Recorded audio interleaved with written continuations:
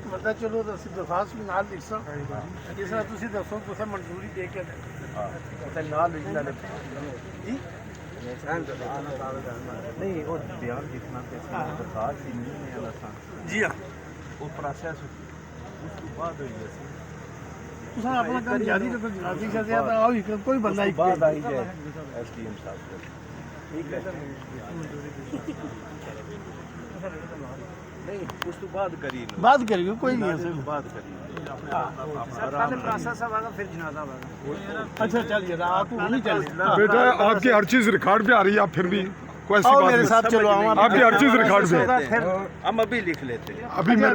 सिर्फ उसने भेजे है कि शनाख्ती कार्ड नंबर ये वो सर हमारे पास हर चीज अच्छा ठीक है बेटा मेरे जो साथ हमने चलो FIR पहले दर्ज करवाई है उन्होंने हमने उनसे कॉपी मांगी है उन्होंने कहा दफा हो जाए इधर से नहीं ऐसा नहीं बेटा वो इंशाल्लाह भुगत सी वो किसी का सजा नहीं है भुगतेगा। वो इत्थे नहीं लगा रहे नो भुगत सी तुसां दी इज्जत तकरीम तकवीम असां वास्ते मोहतबर मोहतरम है सारे पासे काबिल एहतराम ਅਸੀਂ ਉੱਥੇ ਬਕਵਾਸ ਸੁਣੀ ਉਹਨਾਂ ਕੋਲ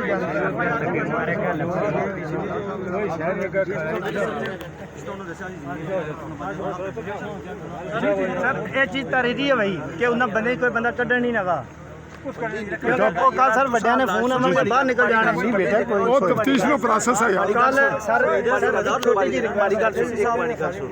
ਏਸੀ ਸਾਹਿਬ ਤੇ ਡੀਐਸਪੀ ਸਾਹਿਬ ਦੀ ਇੱਕ ਜ਼ਿੰਮੇਵਾਰੀ ਹੈ ਯਾਰ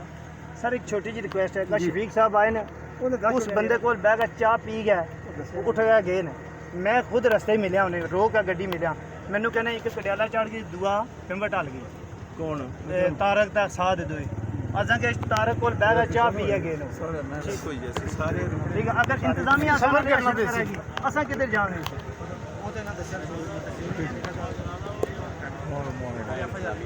आओ चलो तू चाहे नाल सी दरखास्त मतलब हुनी पर अभी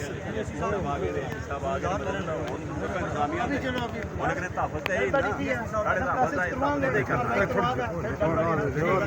अभी ठीक है सारे मुकम्मल है इसके साथ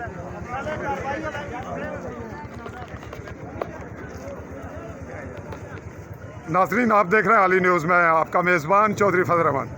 पाकिस्तानी कब्ज़े वाले जम्मू कश्मीर के ज़िला पिंबर के तहसील सुमानी के स्पॉट पे डब के मकाम पे हम मौजूद हैं जहां